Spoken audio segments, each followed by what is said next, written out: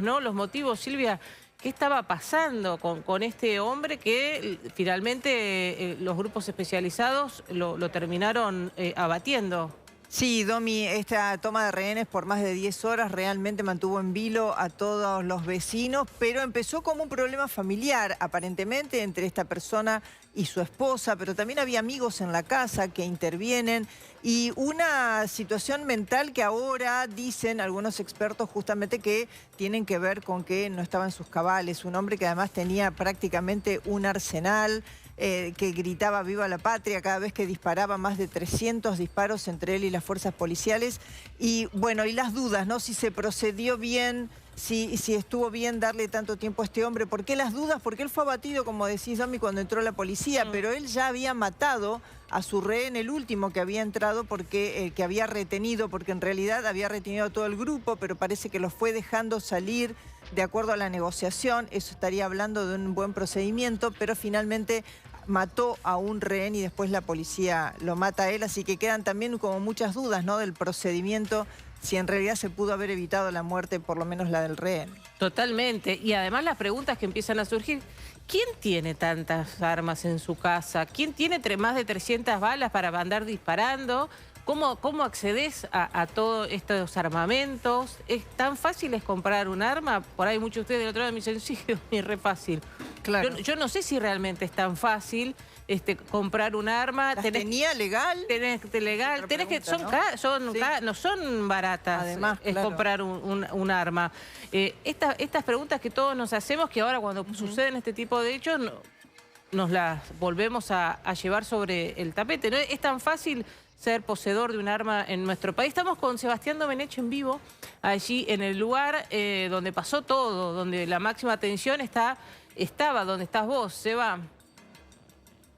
Sí, Domi, Silvia, buenas tardes. Bueno, todavía sigue la policía en este lugar, sobre la avenida San Martín y Carlos Tejedor, es donde está uno de los controles de la policía. El perímetro que hicieron, estamos a una cuadra y un poquito más del lugar de los hechos, que es 3 de febrero al 3900, aquí en la localidad de Caseros, de 3 de febrero. Ahora, son muchísimas preguntas que todavía ni la propia policía ni la fiscalía puede responderse, ¿no? ¿Cuándo adquirió este hombre esas armas de fuego? Pero Sí. lo que sí ya está claro es que venía siendo denunciado desde hace tiempo.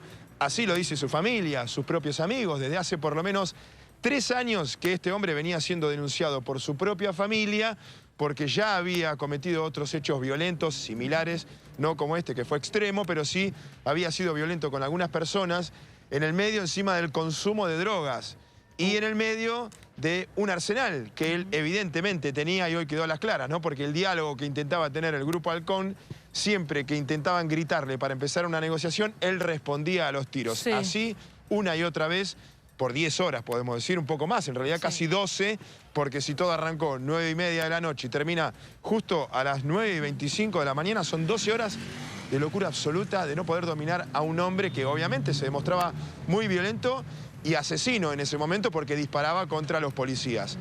Ahora se sabe, todavía esto falta confirmarlo en detalle, con precisión, con la autopsia y los peritajes que están haciendo en estos momentos la policía científica, que el amigo, el supuesto rehén de quien fue el agresor, ya llevaba 5 o 6 horas de muerto en el lugar de los hechos antes de la llegada de la propia policía. La irrupción del Grupo Halcón marcó que la policía ya sabía que ese amigo estaba muerto y por eso se metieron de una y a dominarlo como tenían que hacerlo. En este caso, después de tantas horas y tanta agresión y ataque por parte de este hombre, no había otra manera que Sebastián, a los balazos, lamentablemente, porque no había diálogo. a propósito de lo que decís, que él respondía con balazos cada vez que trataban de negociar, es que hay varios policías heridos, incluso alguno, entiendo, con alguna intervención quirúrgica.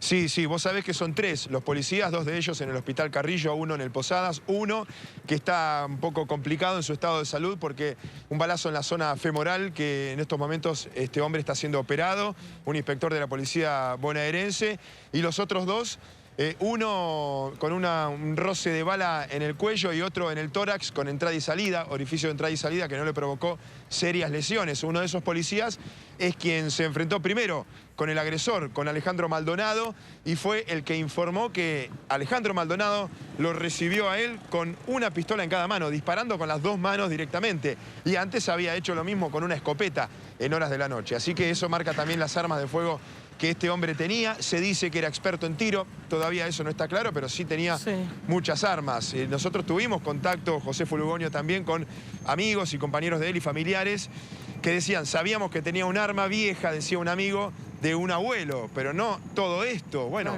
fueron todas estas horas de balacera por parte del hombre. ¿Estaban declaradas las armas? Claro.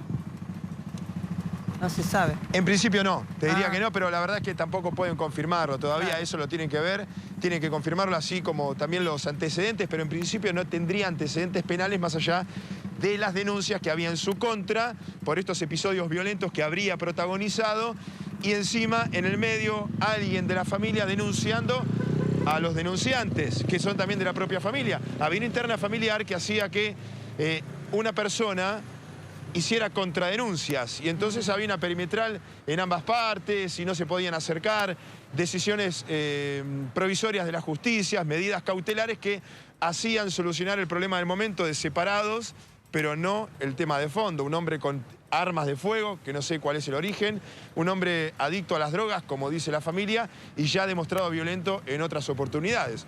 El ejemplo está del mal funcionamiento de la justicia, del Estado en general, que llegamos a su muerte y a la de su amigo. No está claro todavía por qué mató a su amigo, ¿no? Un hombre al que conocía de toda la vida y que no se quedó privado de la libertad en un momento.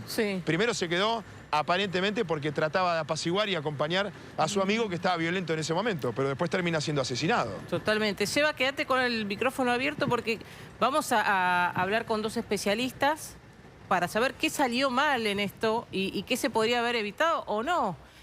Daniel Gutiérrez es especialista en negociaciones y el doctor Enrique de Rosa es perito en psiquiatría.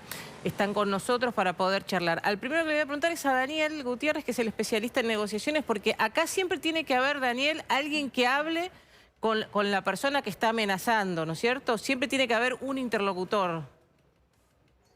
Claro, ¿qué tal? Buenas tardes, Domi. Sí, siempre el primer interventor es el primer móvil que llega de la policía, es el que tiene que tener las herramientas necesarias para poder poder, ¿cómo les puedo decir?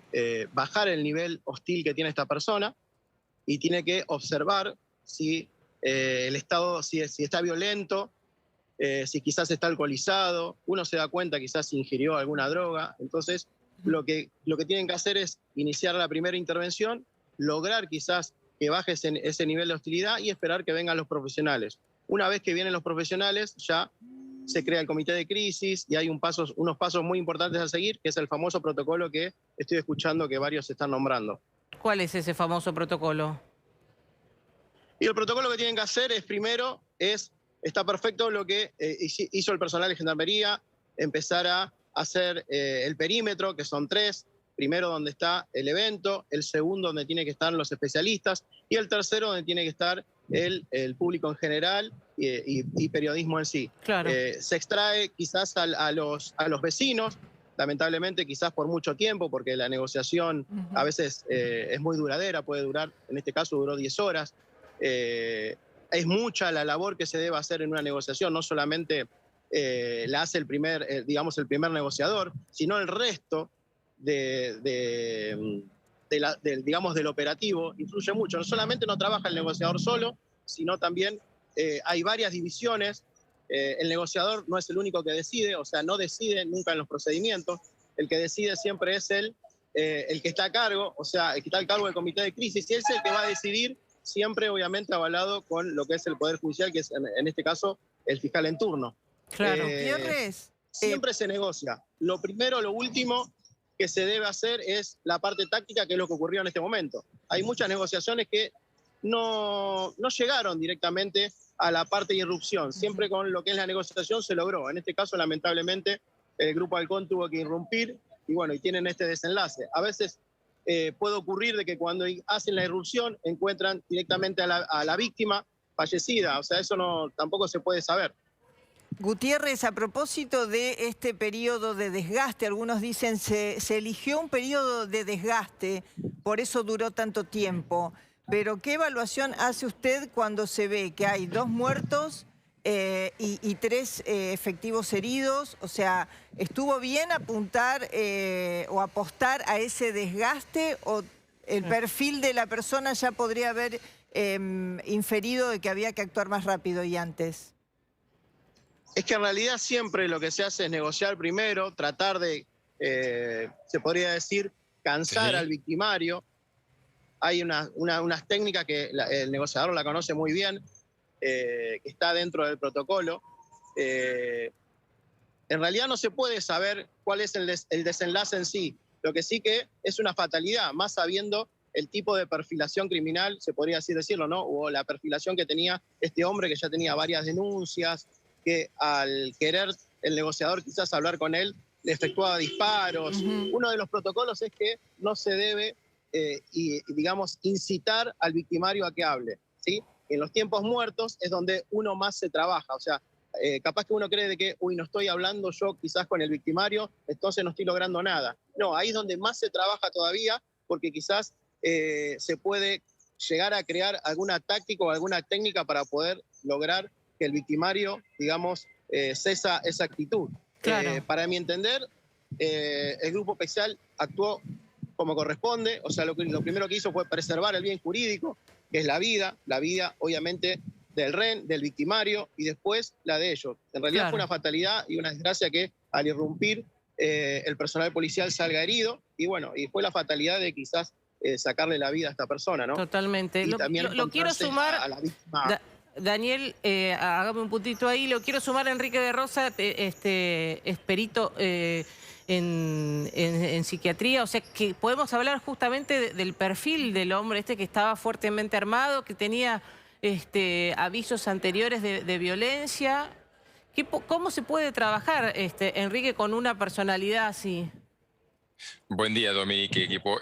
A ver, yo creo que el problema, y replantearía la pregunta si me permiten. Dale, por supuesto. Para hacer otro tema. En realidad esto es como si estuviésemos viendo a qué velocidad cae una piedra cuando ya fue lanzada al vacío. El problema es por qué está cayendo esa piedra. Nosotros en la Argentina tenemos una especie de estadística simplemente a partir de los medios de tal gravedad de casos de este tipo que cualquier persona que simplemente mire los medios va a ver que está el caso del Figueroa Alcorta y que apuñala al policía, está el caso del abogado ahí cercano que se tiroteaba con la policía, está el otro que acuchilló 2 chicas en Parque que les ama. Es decir, el problema es que nosotros no le prestamos atención desde ya a la salud mental, no consideramos la salud mental como una variable, no consideramos a la violencia como una variable social, como si frente a una epidemia que estamos los especialistas en el área criminológica, forense, demás, estamos hablando hace décadas, no se han tomado las medidas y seguimos viendo temas de perfilado, ¿no? Entonces seguimos viendo cómo tratamos con esa persona cuando el fenómeno es mucho más amplio, porque en general el gran problema es que se llega siempre tarde y hay muchísimas siempre señales, pero esas señales no hay un sistema armado para responder adecuadamente, y ahí entra desde la ley de salud mental hasta el sistema judicial, hasta la seguridad. ¿Y qué termina pasando? Y con esto termino. Sí. Que un tema que es de salud termina siendo un tema forense, un tema de crónica policial. De Rosa, y de acuerdo a lo que se sabe, ¿en qué trance, en qué situación estaba este hombre? Y estuvo durante, además, mucho tiempo, ¿no? Más de 10 horas. ¿Qué característica, qué rasgo mental tenía? No, evidentemente por lo que cuentan, uno siempre hace diagnósticos a distancia, no es lo correcto, pero digamos, por lo que cuentan, tenía actividad delirante, por lo que cuentan ese comportamiento violento es adecuado y es coherente, congruente con esto. Hay alguien que ha agregado el tema consumo de drogas. Lo que se llaman patologías duales hoy son el tema de todos los días. Duales, ¿qué es? Es que ante una situación patológica, una situación que puede ser una esquizofrenia, un cuadro delirante o algo, en general hoy tenemos el tema de drogas sobreagregado que potencian la patología, Y el gran tema, vuelvo para atrás, es que tampoco esa problemática de drogas en nuestro medio se le presta atención como si fuese un tema de nada. Y hoy tenemos no solamente consumo de drogas, sino consumos liberados de psicofármacos. Entonces, ese cóctel entre violencia, patología, consumo de drogas, consumo de psicofármacos, inevitablemente no puede dar bien porque ustedes señalaron la otra. Encima estamos en un medio que es muy fácil conseguir armas y esta historia de sujeto armado, recordarán el caso Novaro, el abogado en Barrio Parque hace unos años, era también eso. Claro, una persona... ese es el peligro. Ahora, yo le pregunto también a Daniel Gutiérrez, ¿no? No se puede... por ahí es una cosa que es imposible, pero digo, en el medio de la negociación y con los equipos, ¿no se lo puede tranquilizar con algún con algún tranquilizante esa persona? Que hay que bajarla... ¿se evalúan esas situaciones, digamos? Quizá... No digo tirarle, pero por ahí con algo que lo tranquilice, con algún tipo de medicación. ¿No existe eso? Domic, en relación a lo que es la negociación, el mismo negociador tiene quizás la técnica como para quizás que baje ese nivel, pero no se le puede suministrar nada, porque quizás lo que hacemos es agravar si consumió, supongamos, estupefacientes. Quizás si nosotros les damos, y nosotros no somos médicos, o quizás el negociador, ni la gente que está ahí, logramos tener quizás una fatalidad más importante, ¿no? Entonces lo que hace el negociador es quizás bajar el nivel de hostilidad y tiene que observar esa clase de actitudes y de acciones que tiene el victimario para con el personal que está ahí y también para con la víctima. Eso se observa siempre. Pero desgraciadamente no se puede, dispararle con un tranquilizante. Lo único que se hace es una técnica de negociación. Otra cosa no se puede en lo que es la negociación. Después Ahora, el doctor... Le quería preguntar a De Rosa justamente si, a propósito de lo que nos decía recién, ¿no? El tema de uno denuncia, porque ahora se sabe que había denuncias previas, que la gente cercana dice, sí, él tenía estos episodios violentos. Cuando se hace una denuncia en lo judicial, por ejemplo, de violencia doméstica, como parece que ya había episodios con la esposa, que así comenzó aparentemente este episodio también, se hace una evaluación judicial, se habla de perimetrales, se habla de botón de pánico, pero no hay una evaluación psiquiátrica del denunciado, ¿no? Es que amén de que haya o no haya, no hay una acción conjunta. A ver, esto sería equivalente a que nosotros frente al fenómeno de la pandemia hubiésemos repartido pañuelos de descartables. Es decir, las medidas parciales nunca sirven y en realidad hay que entender primero la naturaleza del fenómeno. La naturaleza del fenómeno es que la Argentina es una sociedad en descomposición hace mucho tiempo, en disgregación hace mucho tiempo, con lo cual el incremento de la patología psiquiátrica es enorme, con el cual la Argentina, que antes no era un país de consumo de primer orden mundial, hoy somos un país de producción, tránsito y demás de drogas, con lo cual el tema de drogas está también sobre el tapete. Luego que se han cerrado una cantidad de estructuras dedicadas al tema de atención de adicciones. Entonces, claro, el funcionario judicial o el de seguridad puede recibir la demanda, pero no tiene armado una estructura, porque no la hemos armado como sociedad, que permita canalizar esto. Porque nosotros decimos, bueno, imaginemos una denuncia a la Fiscalía, y ustedes citan en este caso que hay una contradenuncias del resto de la familia.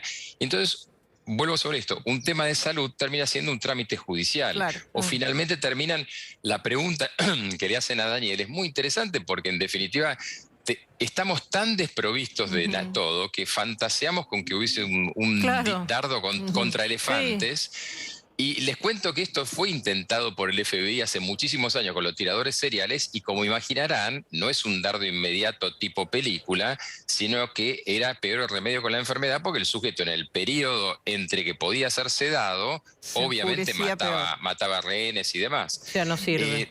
La otra es prevenir la violencia de cualquier manera que se manifieste. El FBI tiene desde el año 60 en claro que, por ejemplo, el maltrato animal es un predictor en un porcentaje estadístico muy alto de violencia doméstica. Entonces, si nosotros analizamos todos los casos, no nosotros, ustedes nosotros, sino que la sociedad en su conjunto, Y esto es la profecía autocumplida. Claro, qué interesante esto, ¿no? Que dice el doctor de Rosa, que en realidad abordamos mal la situación o directamente no la abordamos como debería de hacerse, ¿no? Porque quizá esto trabajado desde la psiquiatría, por ahí se podía haber evitado. A ver, yo creo que más que desde la psiquiatría hay que tratarlo como sociedad en el cual tiene que haber gente de seguridad. Daniel conoce y participa seguramente en equipos, la gente que trabaja en la policía de la provincia, en el tema negociadores, tienen protocolos, son gente muy hábil, son psicólogos realmente muy capacitados y con mucha experiencia, pero no pueden hacer magia. Al mismo tiempo le pasa lo mismo a los funcionarios judiciales que reciben todos los días cientos de denuncias de este tipo, con lo cual es fácil convertirlos a ellos en carne de cañón, pero en realidad tampoco tenemos los elementos. Y finalmente las fuerzas de seguridad que son enviadas a un lugar.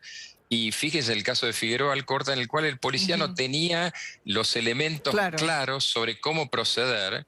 Y en este caso sí no es lo correcto, pero voy a ser autorreferente. Yo he trabajado en otros sistemas, en otros países, en los cuales yo era parte de un grupo de trabajo de ese tipo de cuestiones e interveníamos con el equivalente acá del grupo Halcón o el grupo GEOF, pero teníamos un protocolo en claro hasta por áreas, hasta tantos metros avanza uno, hasta tantos metros avanza otro, se hace esto. Entonces todo el mundo sabía qué hacer. Y la verdad se llegaba a esto solamente en casos muy, muy extremos. Es decir, la excepción confirmaba la regla. Acá la regla es esto que estamos contando. Es esto. Enrique y Daniel, muchísimas gracias por charlar con nosotros. Gracias. No, gracias a ustedes. Hasta luego. No, nada, buenas tardes. Gracias. Me quedo en el lugar, en el barrio, en la zona de Caseros, porque también está Fulugoño, José, en el lugar donde los vecinos también cuentan cosas. José.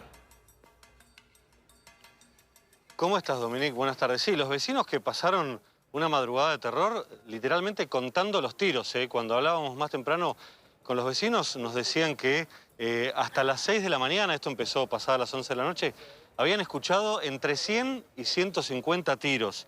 Con una particularidad, en general se daban en una cadencia, había 2 disparos bastante pegados, después pasaba un rato, otros 2 disparos, y así hasta, bueno, el desenlace que terminó siendo fatal cerca de las 9:30 de la mañana. Todavía está el tránsito y el barrio cercado en varias cuadras a la redonda. Nosotros ahora estamos en la calle 3 de Febrero y Carué, a 1,5 cuadras exactamente donde pasó todo, derecho por 3 de Febrero, pero acá hay un cerramiento policial que inclusive a los propios vecinos, todavía algunos no les están permitiendo volver a la casa para facilitar el peritaje, que no se borren pruebas de algunos disparos, porque este hombre, Maldonado, disparó tanto hacia adentro de su propia casa como hacia el exterior. Inclusive se dio una situación muy confusa, Dominique, 9:30, cuando finalmente el grupo Halcón pudo entrar a la casa rompiendo una pared, no es que pudieron entrar por la puerta. Cuando pudieron entrar rompiendo una pared, hubo una ráfaga de unos 10, 12 disparos, y después los policías de la DDI salieron corriendo a la avenida que está atrás, la avenida San Martín, a 1 cuadra, y entraron a algunas casas porque todavía no tenían precisión si este hombre finalmente actuó solo, si quien termina siendo su víctima, su amigo José Alfredo Cáceres, era cómplice o era víctima de secuestro y terminó perdiendo su vida en este hecho. Y vos fíjate, todavía está todo cerrado, ahora la Gendarmería está haciendo el peritaje para determinar primero cómo murió quien aparentemente, quien presuntamente fue víctima de secuestro. Esto fue puesto en duda por el ministro de Seguridad de la provincia de Buenos Aires, no rechazado, pero sí a partir de algunos testimonios con cierto margen de duda. ¿Cuántas veces disparó este hombre? ¿De qué forma murieron ambos? Y si hubo alguna afectación también a terceros en toda una manzana que estuvo convulsionada durante 10 horas entre esta madrugada y esta